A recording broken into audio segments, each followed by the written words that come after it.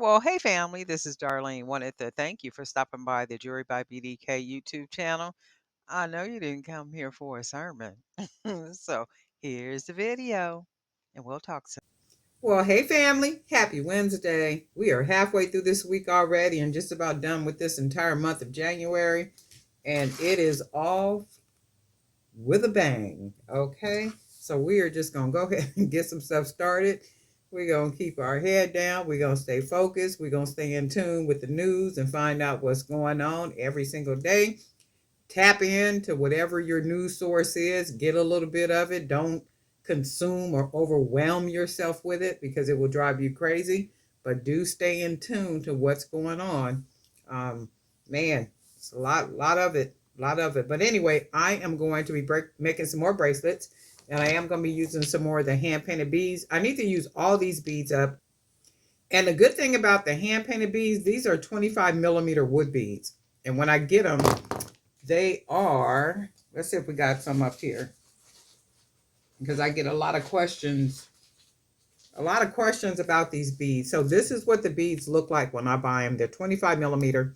So I get 20 millimeter, 25 millimeter, and I also will use 30 millimeter beads, which are these right here. The 30 millimeter beads, these, I generally use these for necklaces. They're a little bit, I think, too big for bracelets. I have made a couple of bracelets per request using the 30 millimeter, but I don't too much like doing them, that big, but I do 25 millimeter. And this is what they look like when I get them, really nice and smooth. And then I go ahead and paint them myself. And that's what we're going to be doing today, using some of these. And I do need to use all these painted beads up.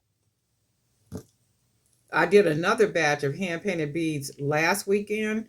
Um, and they do sell. These sell really good. The hand painted big chunky bracelets, so they do good. There's a link in the description down there if you're interested in purchasing these beads, because I get a lot of questions for these. Also, people will email me at jurybybdk at gmail.com, jurybybdk at gmail.com.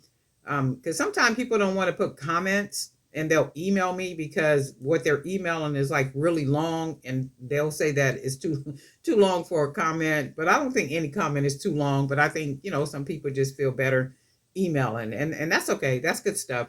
But I do get a lot of questions about these beads. And any of these beads that you see, I paint all of these. And we're going to go ahead and get started. We're going to start with this really huge bead right here. I got this bead from Miss Juanita. I think Miss Juanita's last name is Baker, Juanita Baker. She's in the Jury by BDK Creator Zone Facebook group.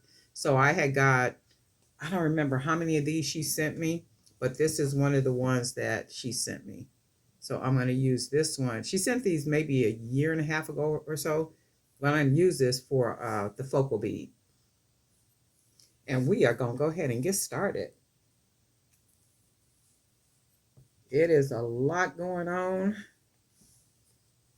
It is a lot going on. And I'm sure people knew that there would be a lot going on. So, just pay attention to the landscape, pay attention to what's going on.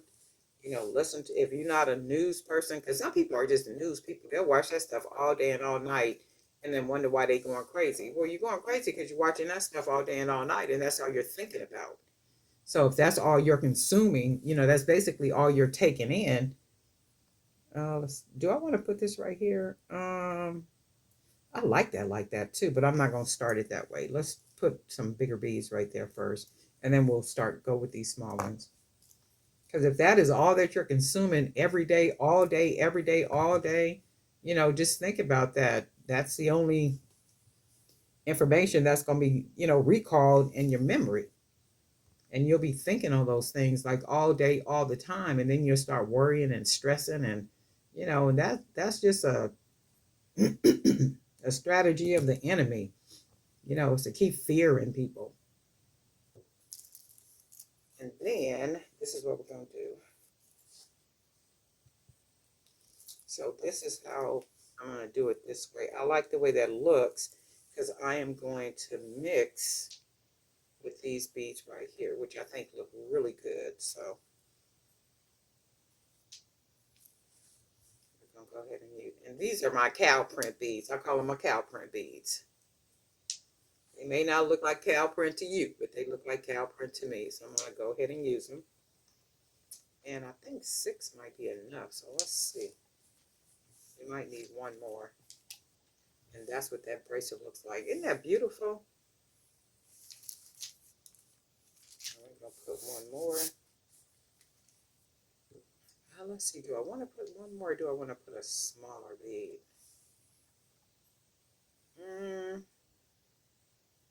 Yeah, we'll close it off with one more of these beads. Because once I tie it and I pull the cord is really, tight. And I like to pull it snug enough to where, because at some point the stretch cord is going to stretch. That's just the reality of it. So I like to pull it nice and snug, just snug enough, not too snug, but snug enough.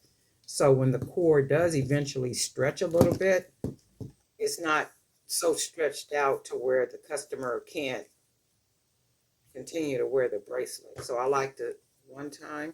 And then there was a question about when I tie the knot, I like there to be a huge knot. So the question was, what size bead do I need to use in order to tie those knots like that? It's not necessarily the bead, it's the hole.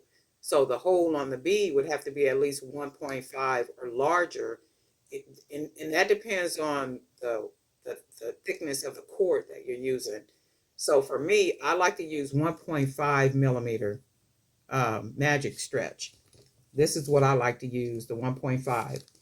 I will use the 1 millimeter, which looks like this. I will use this, but I only use the 1 millimeter pretty much for the really small beads. Like if they're 6 millimeter, 8 millimeter, 4 millimeter, like those small beads like that. And even with, let's see, like this bead,